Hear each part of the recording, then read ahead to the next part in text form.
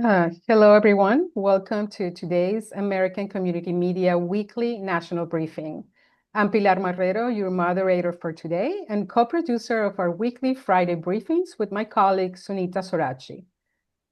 After nearly 2 years of war between Israel and Hamas, Gaza is in ruins.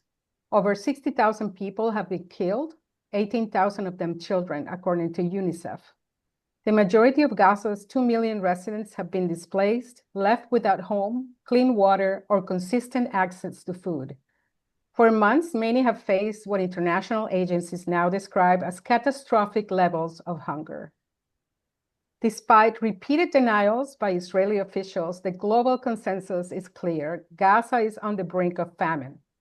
Religious leaders, humanitarian groups, and global heads of state, including even President Donald Trump, have acknowledged that starvation is taking place. UNICEF, the UN Fund for Children's Emergencies, last week called for more humanitarian and commercial traffic to come into Gaza, calling for flooding the strip with supplies, using all channels and all gates to combat the spiraling death rates that accompany the 8 blockades, the war, and the hunger. This is a critical conversation. Thank you for being here. We want to explore the roots of this crisis, the conditions on the ground, and what must be done to protect the lives of Gaza's children and families. Our speakers today are Alex DeWall. He's Executive Director of the World Peace Foundation, expert on famine and mass atrocity. He's also a research professor at Tufts University. Budur Hassan, she's Amnesty International's researcher on Israel and Palestine. And Afif Nisuli is a journalist and aid worker, just returned from 9 weeks volunteering in Gaza. We ask reporters to enter questions in the chat, and we encourage our speakers to answer questions there throughout the conference if and when they can. We ask speakers to speak slowly for our interpreters, like I'm doing. We will send a video of today's briefing and expanded bios with contact information for each speaker to all participants later today. Today, we will have a Q&A session separately with every one of our panelists, and then we'll take your questions after each speaker. So place them in the chat so I can see them, and we'll take them as time permits. Later this afternoon, we will send the video and the expanded bios. So today, we are pleased to welcome Alex DeWall. He's Executive Director of the World Peace Foundation, a professor at Tufts University, and he's an expert in famine. We are very lucky to have him. He's a very important expert. Welcome, Mr. DeWall. For those of us who don't know how this process of a whole society when a whole society is unable to get enough food, can you explain how Gaza came to this point where people, particularly children, the frail and the old, are starving? So thank you for inviting me to this. It's good to be with you. I'm sorry that it's such a dismal subject to talk about. And for those of you who are from Gaza or have relatives there, my condolences, my commiserations for the suffering that your families are going through. So before October of 2023, the situation in Gaza was unusual. The nutrition and health status of the population was generally good. You didn't have large numbers of malnourished children. You had high rates of vaccination, high rates of health coverage. But you had a situation in which the population of about 2 million people was almost entirely dependent upon supplies of food, medicine, water, fuel, etc., that were under the control of Israel. There was very little food that was actually produced within Gaza. After October the 7th, Israel did 2 things. It put a complete siege on Gaza, not allowing anything in for the first 7 weeks. And after that, a partial siege, allowing some food and other commodities in, day by day, varying the amount that it would allow in. And it also launched a military campaign from the air and on the ground that attacked and destroyed objects indispensable to survival. And that is a key term because in international law, the prohibition on starvation is not food as such. It is defined as objects indispensable to survival. That includes food, water, sanitation, housing, medical care, etc. And there was mass displacement. There were evacuation orders for the population, so people had to leave their homes and were crowded into areas that were desperately overcrowded. Now, for the 13 months from November of 2023 to December of 2024, we have data from a mechanism. It's called the IPC, the Integrated Food Security Phase Classification System. It was set up just over 20 years ago by the United Nations to measure the level of humanitarian need in crisis-affected areas. And it draws on 3 different types of data. Food security data, that is what people are eating and what they are doing in order to eat that food. Child malnutrition, and evidence for excess deaths. And it has 5 levels. So normal, stressed, crisis, emergency, and then the worst level, famine or catastrophe. And what we saw between November of 2023 and December of 2024 was the population going right up to the famine level, but not quite breaking it. And on several occasions when the IPC, and there's an American equivalent called FuseNet, the Famine Early Warning System Network, when the IPC and FuseNet warned that these famine thresholds were about to be broken, the United States pushed Israel to provide more assistance and kept it just below that threshold. I would also add that Israel did not permit the collection of all the data that is necessary. So in not allowing journalists in there and not allowing humanitarian workers to collect all the data, as it were, it could play the game with the data and prevent information from being available to give that famine determination. Now, what we've had in the last few months is a worsening of this. So a complete siege, so a complete collapse in food availability. And that began at the beginning of March. And in the middle of May, some food was allowed in. But by that time, the food stocks had got so low that you needed not only to give enough food to feed everyone, you really needed to give more. And one of the reasons for that is that there's always an unequal distribution of food. It's the poorest 20%, the poorest quarter that are really at risk. And they are the last ones to get food from the market or general distribution. So what we've seen in the last few months is really a catastrophic decline. And the IPC system, what they actually said a couple of weeks ago, I forget, 10 days ago now, was they said the worst case scenario of famine is unfolding. And what they meant by that was we don't actually have the precise data, but we are sufficiently experienced in observing these situations to infer from the data that we have that this is what is happening. It is like when you walk into to meet your doctor and you have a high fever, the doctor doesn't need to send for the tests to ascertain that you are very sick. He or she can give the diagnosis right there. So the last point I'll make now is that what you see in these situations is it gets worse and worse and worse gradually, and then it escalates. And we're at that point of escalation. And what I fear is that as that escalation kicks in, as the numbers of children in particular who are starving increase so rapidly every day, it will be that much harder to stabilize the situation, to return it to normal. Thank you, Mr. DeWall. I know that at this point, after there was 2 months of blockade between March and May, right? Where they were not allowing anything in. And then due to international pressure, I guess, they created this Gaza Humanitarian Foundation that is distributing food, but this is a Israel-US institution or whatever you want to call it. So it hasn't really worked out too well, has it? So it's not a system that any professional humanitarian would set up. So the basic principle of a humanitarian operation is that you take assistance to where people are and you provide the most needy with what they most need. And you particularly target children.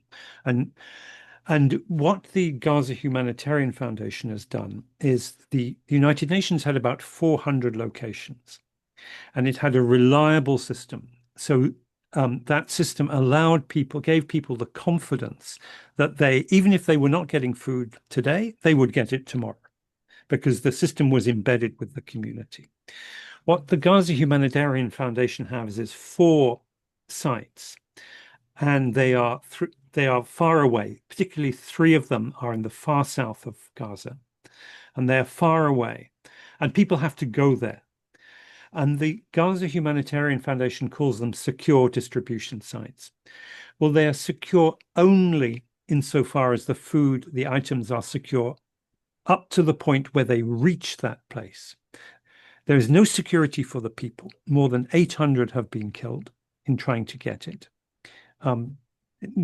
I can't tell you whether they've been killed deliberately or it's simply a matter of when you have these huge crowds of people rushing to get the food from a place that is only open for a few minutes. If you have a soldier nearby, he doesn't know who's in that crowd. It could be Hamas, and they can easily panic. Or the mercenaries, the private security contractors there could also panic. And so the poor and vulnerable cannot get this food. It's the strong that get the food.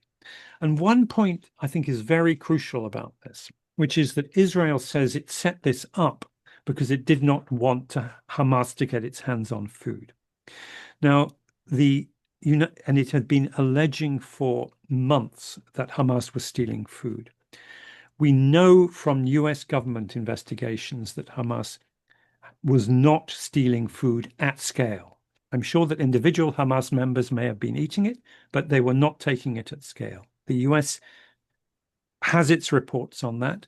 The New York Times called up Israeli colonels, senior military officers, and they confirmed this. And the UN had a system of very close tracking of all its aid commodities that would ensure they reached the people, including following up. Now, if you look at the Gaza Humanitarian Foundation and you look at the young men who are storming those places to take the food, nobody knows who they are. They could be Hamas, they could be armed gangs. And what this tells me is either this is really just frankly incompetent, or Israel doesn't care about this issue of Hamas taking food. There is some other reason behind it. I can't answer that question. But I think if you talk to the Gaza Humanitarian Foundation, one question you must ask is, who is eating your food? Because I don't believe they can answer that question.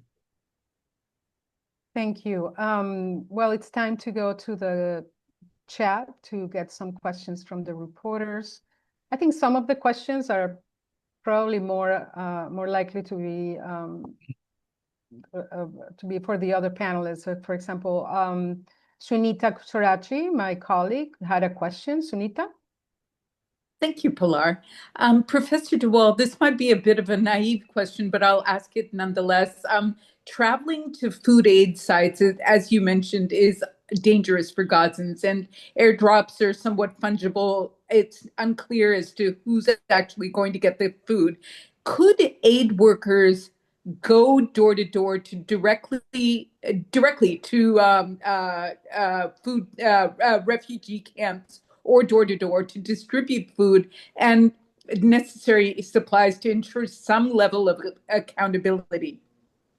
So I think Afif can probably answer that more precisely than I can. So that's exactly what the UN-backed system that had 400 locations used to do. That was the way that it worked. That is what has been replaced. Hot meals delivered straight to people in red zones, community kitchens that were really backed and forwarded by Palestinians themselves. I even volunteered there while I was there. I was there from March 27th to June 3rd. A big loss is that these community kitchens now have no supplies to work with. On June 1st, I was at a community kitchen called Shabeb Gaza, who had just recently had shut down and had let another NGO sort of take over the kitchen, and all they had to work with were potatoes. So it's really about understanding that the system that was cleared out used to have literally, quite literally, I think 100 times more locations. Are four semi-operational GHF death trap sites versus the UN-backed location community kitchens and aid sites that were in the hundreds. And so like humanitarian aid workers really were doing that. And now they can't do that because there are no supplies to do it with. And just to back sort of and align myself with what Alex was saying, these systems wouldn't be put in place by humanitarian aid workers, these GHF sites as they are, because they're very dangerous, disorganized, and require a lot of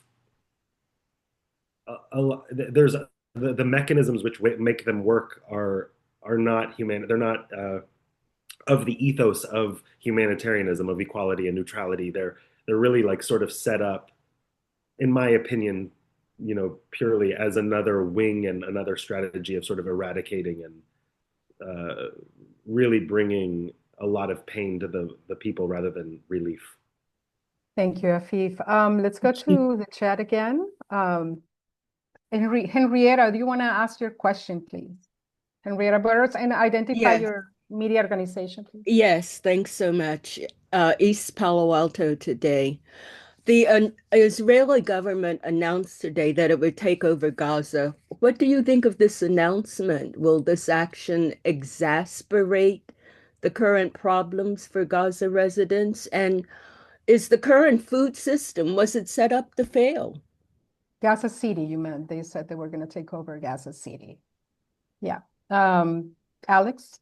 I think the answer to both those questions is yes. I think it is going to be truly a disaster. I mean, the people of Gaza have been pushed, I wouldn't say to the brink, they've been pushed beyond the brink. And to force them to be displaced one more time, and without any viable form of safety net of assistance, it's a disaster. And I would make one point actually in addition, picking up on what Afif said. The core principle of humanitarianism, the first principle is the principle of humanity. And I mean, I've worked on the issue of famine, not as a physician, but as a social anthropologist and aid worker for more than 40 years. And one of the key points about famine is it's also a social phenomenon. And as a social observer, I would say the moment when you really see famine is when, instead of a family being able to share bread, break bread together, they fight for bread. When you get that breakdown, that is, as it were, the dividing line between what it is to be a human and what it is to be an animal.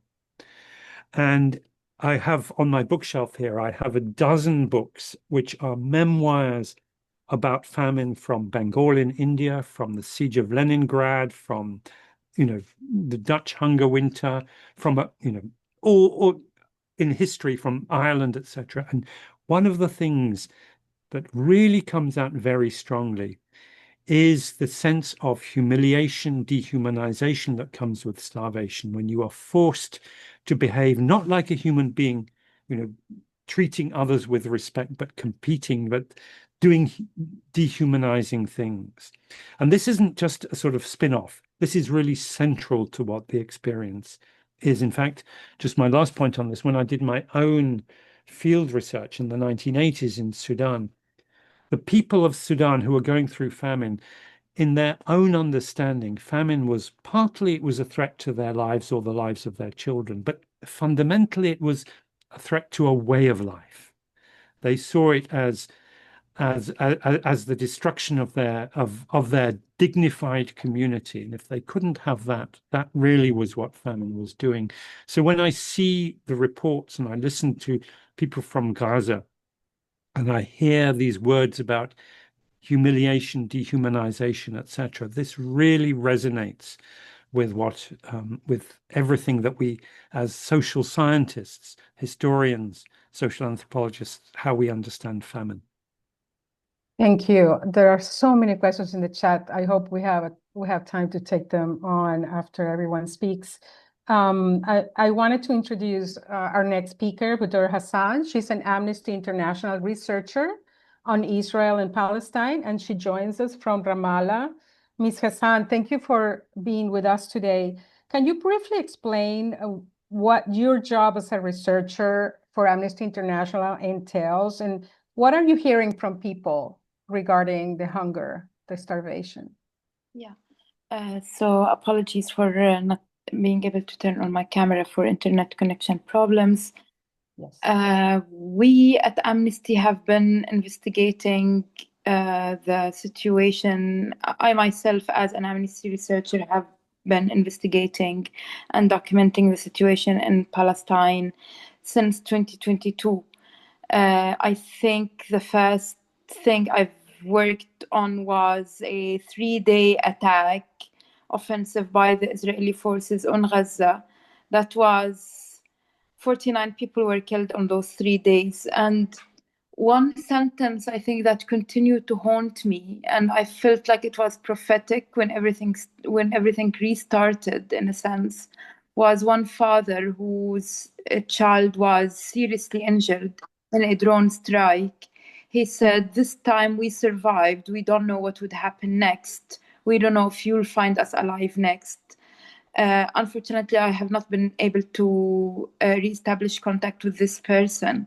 But just to say that what Professor DeWall mentioned about the situation in Gaza, even prior to the 7th of October being really bad in terms of at least Israel controlling, restricting entry and supply of food, but also I think that the situation that we've been seeing since then has been unprecedented for Palestinians, at least in terms of scale. But it's something that we've been seeing some manifestations of over a period of time, for decades, really. And now we're seeing the worst, really. But in terms of what I'm hearing from people, so we at Amnesty published a report stating that Israel was committing genocide against Palestinians in Gaza back in December 2024. And that was based on one pattern of conduct of Israeli forces in Gaza, and also a plethora of statements that we analyzed. We analyzed over 100 statements made by Israeli officials whose role is instrumental and very important to the continuation of the military operations in Gaza. And we focused at the time on 3 acts: killing members of the group, injuring seriously mentally or bodily harming members of the group, but also deliberately inflicting on the group's condition of life calculated to bring about their physical destruction in whole or in part. And one of the things, when we were studying the patterns of inflicting on the group conditions of life, we were precisely focusing on this deadly mix of hunger and disease. At one point, especially in February and March 2024, that was most tangible and visible in the north of the Gaza Strip, the area from which people were ordered out very early during the genocide, but around hundreds of thousands still remained. And we were seeing how there were even more severe restrictions on entry of food and entry of medical supplies, and more stringent blockade being imposed specifically on the area of northern Gaza. Although obviously difficulties accessing food were pervasive in all of Gaza at the time, but the situation in the north was particularly bad. And early then in February and March, we were seeing some scenes of what people came to define as the flower massacres. People, Israeli forces allowing trucks carrying flour and other types of aid or commercial supplies entering Gaza very early at dawn, around 4 a.m. People in their thousands, sometimes tens of thousands, waiting for the trucks. And then once the truck would approach, starved, desperate people, some of them at that point in northern Gaza had to resort to eating animal feed, started rushing to get that aid. And at that time, it was clear to us that there was this process of dehumanization taking place. And people really described it quite painfully to us about, first of all, the breakdown of social fabric, because Gaza traditionally, we're talking about a very tight-knit communities of people. And we're talking about a community, a society where it's very small, and because of Israeli blockade, it's very closed. Many people, especially people who are 18 and younger, probably never even left Gaza. The majority of those who were born after 2006 never even left Gaza in their entire lives. So people, everyone from the edge to the edge, almost everyone would know each other in terms of families. It's very close. We're talking about a very small area of 365 square kilometers, very tight family connections. So the first instinct of people when they see someone in need is to help each other. There is this very strong social fabric, cohesion, togetherness, communal aid. But then you start seeing the changes to the society once this threat, once the need to individually survive or to save the family starts taking over, and people start thinking of how we can save this for our families. And then the fight over the very meager resources allowed in starts kicking in. Now, during the ceasefire, the very brief window of hope, that people started trying to rebuild their lives from nothing. And again, I don't want to draw a pink or real flowery picture of what was happening during this fire. It was an incredibly challenging, emotionally searing period for Gaza's Palestinian population. That ceasefire, which lasted from the January to the 18th of March. But at least people were trying, literally, as they were digging up for the remains of their loved ones buried there for months and they not being able to access it, as they started going back to the north, to the rubble of their homes, starting rebuilding something from scratch, they were also looking for hope and hoping that, this would be over. At least we would start thinking of how we can rebuild our lives. And at that time, aid was allowed in. More. Obviously, Israel still continued to deny the entry of heavy machinery necessary for reconstruction, necessary for the removal of rubble. Israel continues to deny the entry of makeshift housing, of people couldn't start rebuilding their homes. So there was that, and there were areas designed as part of the no-go military zones, which residents could not go into, and these often included some of Gaza's most fertile agricultural lands, especially on the eastern side. This was part of the expanded buffer zone, but still, somehow, people found a way to create life out of lifelessness and to look forward and to start planning for something other than death. And then then at that time, on the 2nd of March, Israel established a total siege. Like, we're talking about total siege, nothing getting in. A week later, Israel cut off the only operational desalination plant which was connected to the electricity grid that comes from Israel, but obviously the money for its supply is paid by the Palestinian Authority. Israel disconnected it from the electricity grid, the main water desalination plant. And there was obviously the difficulty of accessing clean water because of the destruction of the water and sanitation infrastructure, with which Professor DeWall referenced when he spoke about the destruction of objects indispensable to the survival of the civilian population. And we started seeing, because at the time when the total siege was imposed on the 2nd of March, people still had, there was the supplies of what was allowed to get in, the trucks that were allowed to get in.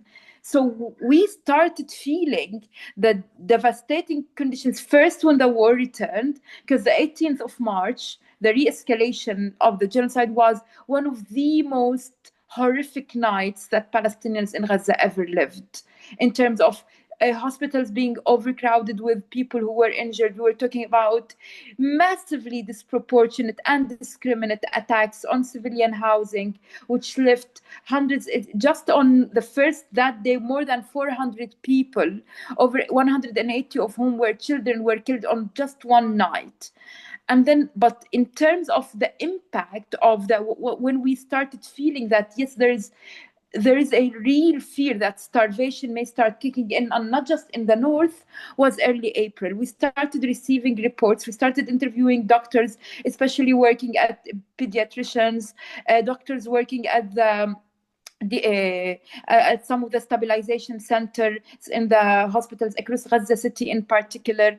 Mass displacement orders. Israel started again, resumed the issuing of mass displacement orders. And when we're talking about mass displacement orders, we're not just saying that people are ordered to move from one place to another. We're talking about people ordered to move from one place to another under the threat of bombardment and forced to leave behind everything, including sources of food production, including medical supplies, including baby formula. And then in April, we started receiving calls, appeals from parents whose children infants in particular, were struggling for food, struggling to get baby formula. Many of the supplies that began entering were running out. And obviously that's the combination of this. And then those in the warlords, those who would, as happens in every single war conflict all over the world, that you will have this class that would want to benefit from the imposition of the blockade, either starting hoarding or selling at exorbitant prices. And the peak and the escalation of the starvation and its impact continued in concomitantly. At the same time, what Israel did was really interesting. It began raising areas across the eastern parts of Gaza, including Shuja'iyya in the east of Gaza City, Beit Lahia, north of Gaza City, Beit Hanun, and the area of eastern Khan Yunis.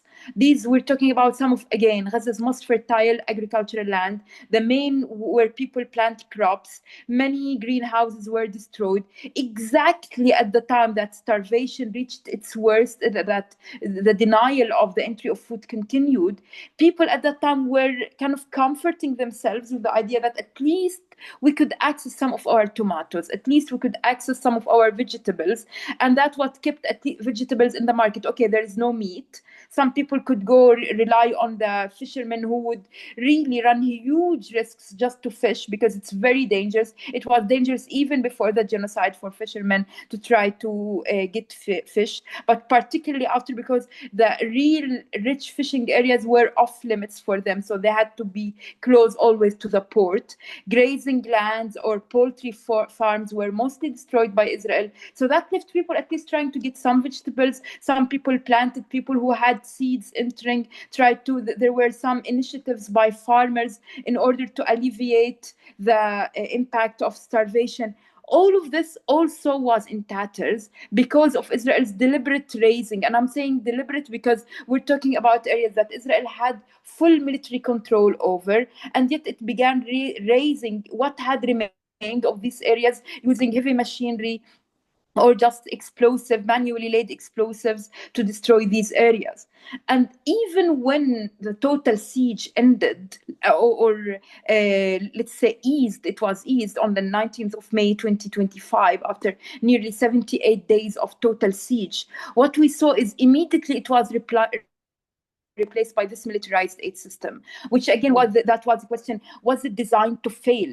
I think it was not only is it true that it was designed to fail, but it was also designed to be a part of this engineered starvation, because everything it's a process. It's not something that we're not speaking about things that happened by chance or a combination of unfortunate consequences of something. Okay, it can, or recklessness. There was nothing reckless. There is, especially, I mean, you can, recklessness as a claim you can say about one airstrike here, one airstrike there. You can maybe, or 10 or 100, obviously not thousands, but you can use recklessness to try to justify or at least remove the deliberate nature, try to obscure the deliberate nature of the campaign. But when it comes to all of these things coming together, the establishment of this deadly militarized aid scheme system, which every single reputable, trusted organization said that it would never have succeeded. That if the flaws of the system were very clear from even when the discussion was of these plans months before they came to fruition, everyone decided, because this system doesn't, I mean, even if we want to give whatever initiative that was put in plan the benefit of the doubt, the very fact that you would only put 4 mini operational aid distribution centers, that you would choose to put them all south of Wadi Gaza, that you would all very far from the population, that you would order people to come without any sense, even though they have the data, they can they can use the data, they can find a dignified way to distribute food. They did nothing of that, and people then are asked within the span of 10-15 minutes barely to start rushing and competing with one another over scraps of food, over packages or boxes of food. And then they have so many people we've talked to said we felt like animals, and it's not a metaphor, because some people were even on the floor trying to get some food or what had remained, or what was dispersed. Some people would just get their box of flour. Literally, some of the flour that they got was tarnished with blood, the blood of people who were shot by the Israeli forces. So all of sorry. Yes. When you finish, and I'm going to move on to the next speaker, and then we're going to get to questions, because no, just lastly, I'm sorry, it took so long because there is this very complex process. Lastly, I just want to focus 2 testimonies just to amplify how desperate the situation is, and how we're not talking about something that's going to end now, because starvation doesn't end in the moment that more food is allowed in, because we're talking about a completely devastating health sector system. Now we're seeing how there is the spread of the Guillain-Barré syndrome, GBS, which is also partly a result of overcrowding triggered by diarrhea, which is spreading, meningitis is spreading. But there was one, and so all these illnesses, in order to start the process of treatment, you need a functional healthcare sector, which is not available in Gaza, and which is not going to be resolved if more trucks enter. It needs, there must be a ceasefire for this to even start working. But just one, because I'm very keen, I'm very keen on listening to the other speakers, just to end with one testimony from a woman who is breastfeeding her 4-month infant. And obviously, in addition to explain to us how guilty she feels of even having given birth, she described, and she has a 3-year-old baby in addition. And she said something that for her, what breaks her, she says, I am weak before my children. I can't hear their cries. Once I had to beat my child to sleep because he was crying so hard, and there was nothing I could do to help him. We spent 3 days without having any type of food because the community kitchen at our IDP camp was no longer functioning. My husband, she says, went to seek aid because that was the only option, and he returned injured. And I told him, what's the point of you getting injured or disabled, and then we would have another burden on us? And then she's describing all of us and says, we don't feel like the world sees us as human. And this sentence, when you hear it from someone in Gaza, we don't feel like the world sees us as human. I think it captures everything. Yes. Thank you, Badur. Thank you so much for this first person. I mean, you actually talk to people, you know what you're talking about. Thank you for coming to share this with us.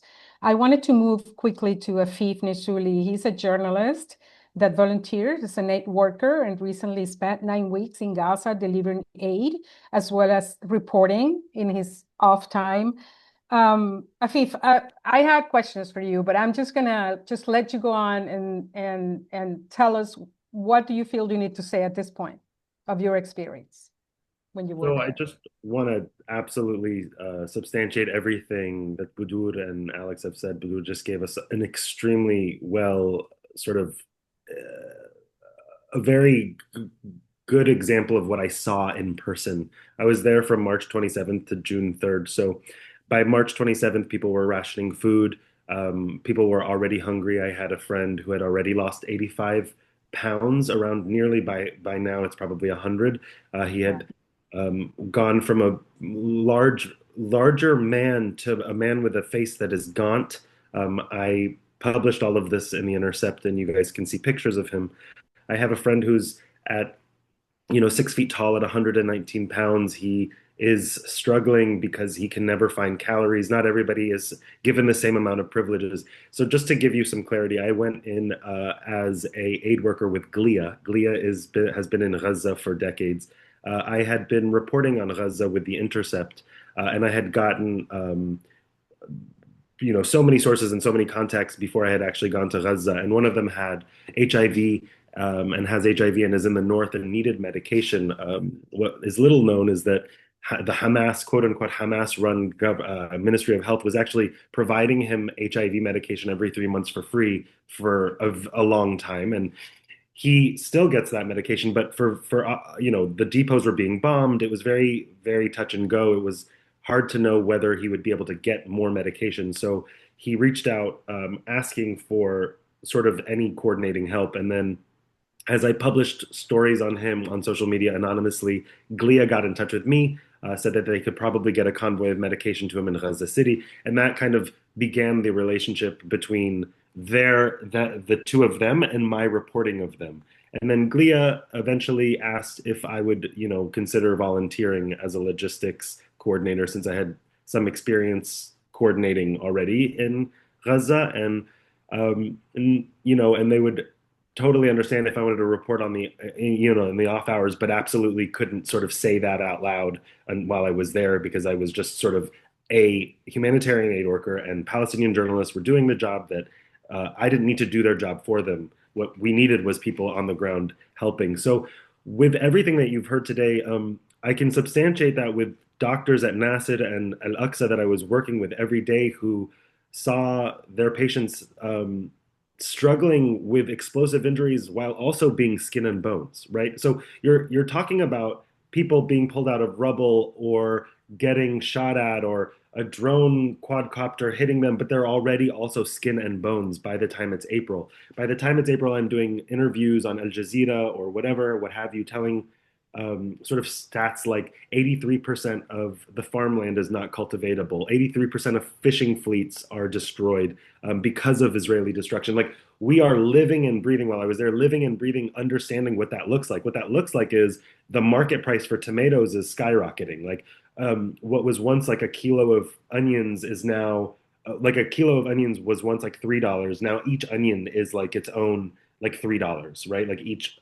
So prices are fluctuating, but they're skyrocketing. There's not enough cash. I wasn't able to go into Gaza with more than $280. So even I don't have cash to work with to figure out how to get myself food. So I brought in a suitcase of tuna cans, which I passed out mostly to people. And so I lost 12 pounds while I was there. So living it and breathing it and experiencing it makes you kind of really understand that it is not happening to you. You are witnessing people's extreme they're being tortured. Like, there's no other way to say it. They're being tortured before your eyes. And so I was, there are community kitchens that I said, like before, they dwindled from 170 community kitchens when I first got there, or around maybe right before I got there to it was dozens by the time it was May. They were losing food. There was nothing to work with. There were no community kitchens available. Everyone was begging all of the time. They were coming up to us in our, we had our GLIA paraphernalia or INGO sort of, stickers around what we were wearing or in our cars. And luckily, my colleagues and I speak Arabic, and it was easy to really connect and say, we don't have tahine either. We don't have flour either. Like we are both kind of struggling without supplies, right? Like even though I was probably in the most privileged possible position you can be in Gaza, I still didn't have supplies that were like in the kitchen. Like there was nothing that I was eating that I could share. There weren't supplies. Like I also had to go to the market and contend with high prices without cash, right? There's like Yeah. an unregulated network of cash brokers. The commission is high.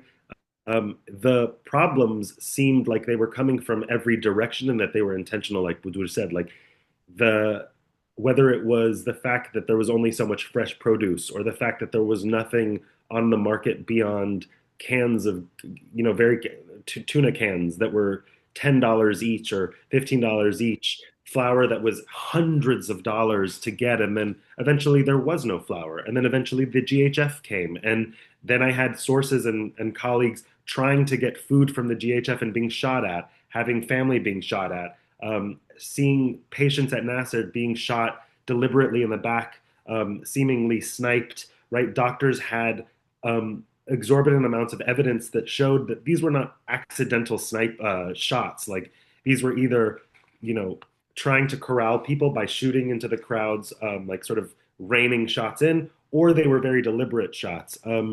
But they would blame it on Hamas, but my sources didn't seem to have the same opinions, and continuously didn't blame Hamas, though they might have if it was Hamas. I don't think these people are particularly pro-Hamas or anti-Hamas. I think that they run the gamut. So what you would eventually hear is a lot of understanding of what is going on. Like everybody is hungry. Men who are unstable and who have weapons are going to be the first people who are bullying people for food. Like it isn't, we come to these things with a lot of, we think we don't understand, but I think it's quite obvious and it's relatable. Like if you're going hungry for nearly a year and a half and acutely hungry since March 2nd, and it's now June, mid-June, there's a lot of people who are willing to do anything to get food for their children. And those people aren't even really the ones who are bullying people. It's the ones that are unstable mentally and psychologically, who have been going through so much torture for months, who are really bullying each other. And they're not necessarily linked to some, there is not some conspiracy here. Like, right? Like we keep trying to make it Hamas this actor that, while Hamas is problematic in many ways, for sure, and that there's a lot of people in Gaza who will speak on that, the ways that Israel speaks on Hamas isn't often the truth. It's often just some, accusation to get away with their manufactured, the circumstances that are manufactured wholly by Israel itself. So being there from March 27th to June 3rd, I saw starvation develop between the people I was with. I was hungry myself. I ate once a day for a month and a half. That's hard.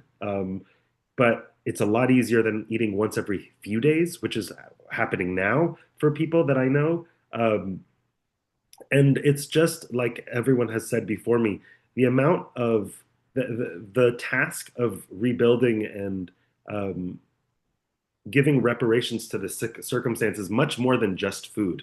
It has to be a coordinated effort by the entire world to flood Gaza with money and food to rebuild it and to help people medically, because there are no supplies. As a humanitarian aid worker who was going in and out of Aqsa and Nasser and the European Gaza hospital, often there are no supplies to help people, to help doctors do their job, right? Morphine wasn't always available for people with explosive injuries. Imagine that.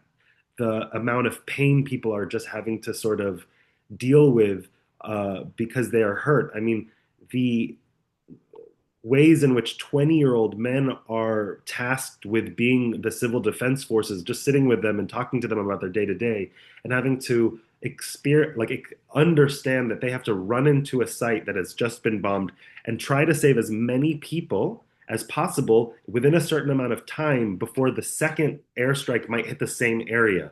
The way in which this all felt deliberate became very real to me while I was there. You know, we question a lot of nuance. We do a job that is important, which is being duly diligent and really questioning everything and trying to make sure that our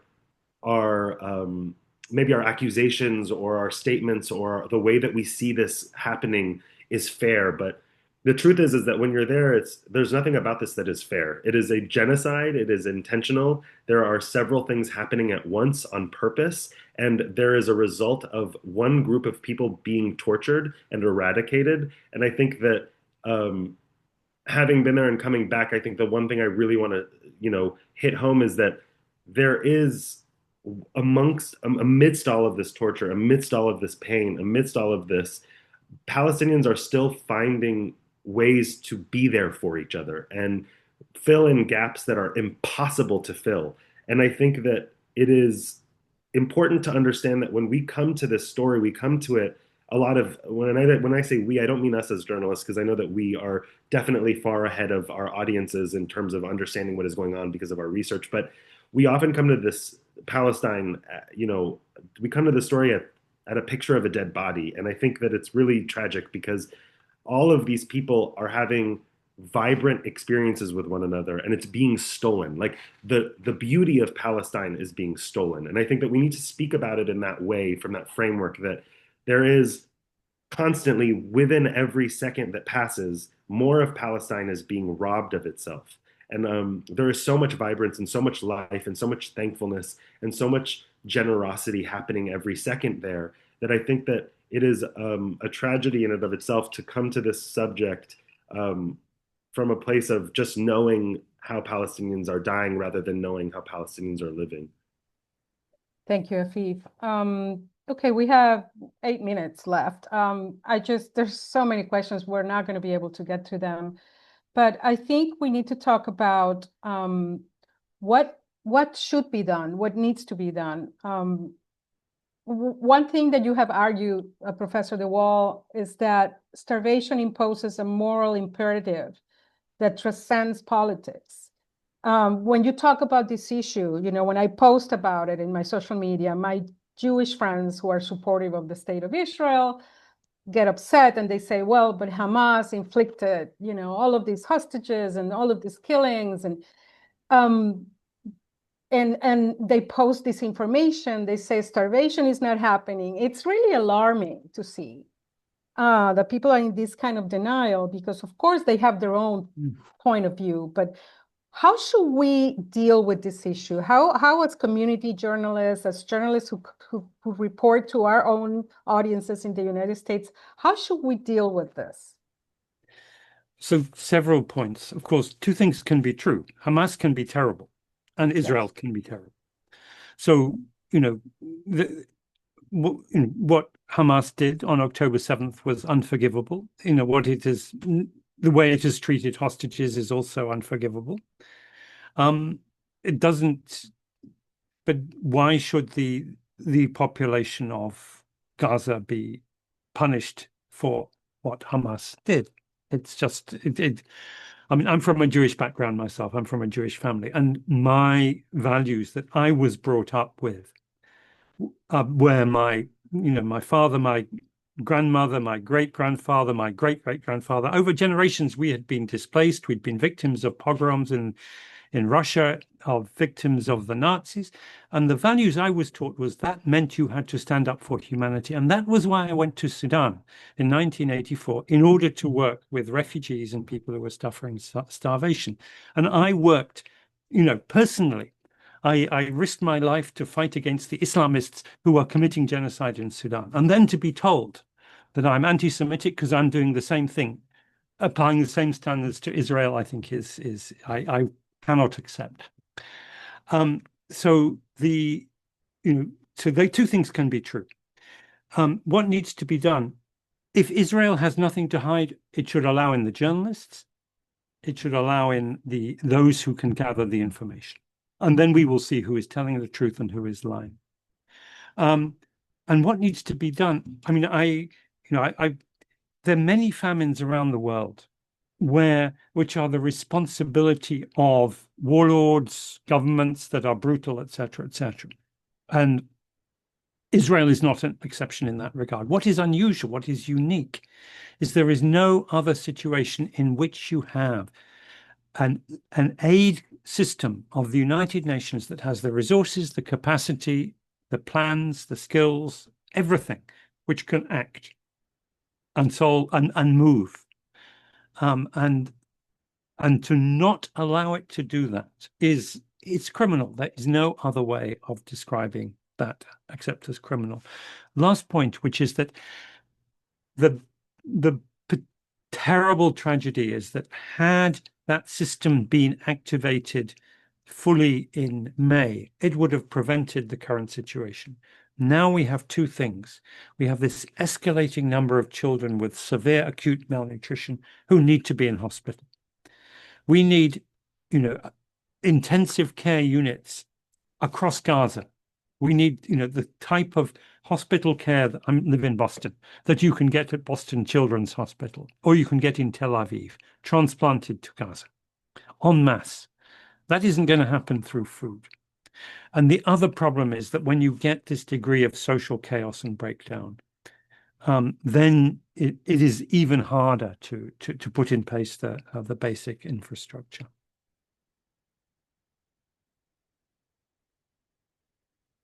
You're muted. I'm so sorry. So sorry.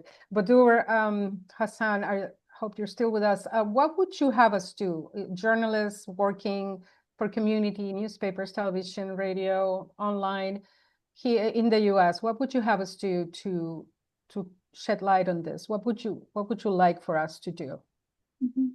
So I would absolutely echo everything that Professor DeWall mentioned. Especially, I think we can't repeat this point enough. Yes, there has to be food in, and it's not just about number of trucks, and people have to be able to start repairing the damaged lands, especially crop lands. That would not be enough at this stage. At this stage, what is needed is a full-on recovery process. And I'm not even talking about the mental scars that have developed and that have emerged, and we don't even have, and I hate to use that word because it's never, but it's what people refer to, like we don't even have the luxury to talk about our emotions because we're so embroiled in the struggle for survival. And that would only start, parts of it began to surface during the ceasefire because finally people were able to start realizing the magnitude of what had been inflicted upon them. And then since March, this has even become worse. We're talking especially about the breakdown in social order and the maybe many years that it would take, especially if Israel continues to refuse to allow even the Palestinian Authority from operating in Gaza or any other alternative.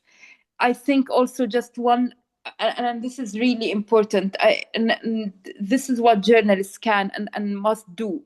And I know it's especially hard when Israel continues to block journalists and human rights investigators like myself. We at Amnesty are lucky because we have our field workers, trusted field workers, who themselves are, by the way, hungry and emaciated and still somehow incredibly, ridiculously working to document human rights violations. We as human rights investigators, our job is to do human rights work, but we find ourselves most of the day actually trying to do some humanitarian work, even from my place in Ramallah, helping to coordinate, to get food to some family, to get money to other families, to get something, logistics, work with our field workers in Gaza to do more humanitarian work than human rights work. Once journalists and human rights investigators are allowed into Gaza, then and forensic experts and forensic anthropologists and people who can look at and start analyzing and digging up and looking for and doing and DNA testing of those, like so many things that need to be done.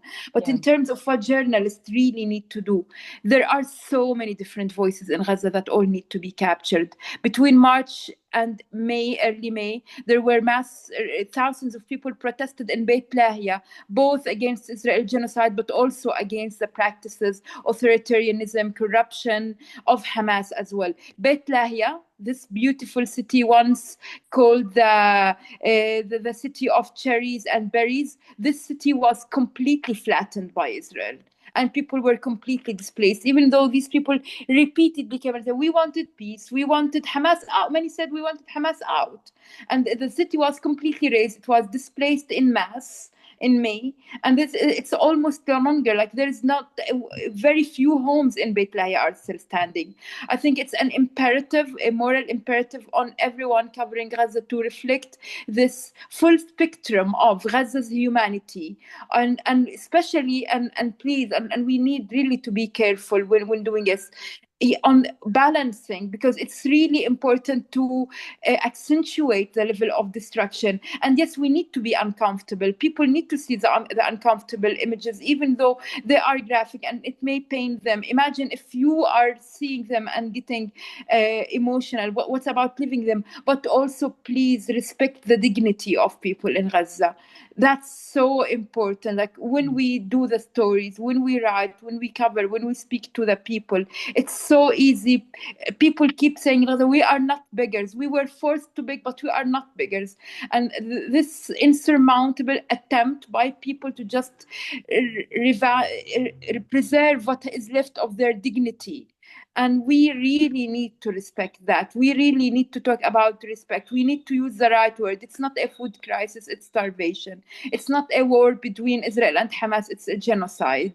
And we really need to use the right words, the right framing, respectfully, respecting the dignity of the people, recognizing that, yes, as Professor DeWall, both things can be right in the same time. Israel can be committing a genocide, and yes, it is committing a genocide. That doesn't mean, and there is also many mass violations being committed by Hamas, not just against hostages, by the way, but also particularly against Palestinians in Gaza. And even before the genocide, like for the 17 years in which Hamas had been in power in Gaza, people had protested, people said they were, it's just that the outside world were not interested to listening to the voices of people in Gaza unless there is war. What was happening between the wars, between the different military offensives, was rarely, if ever, listened to.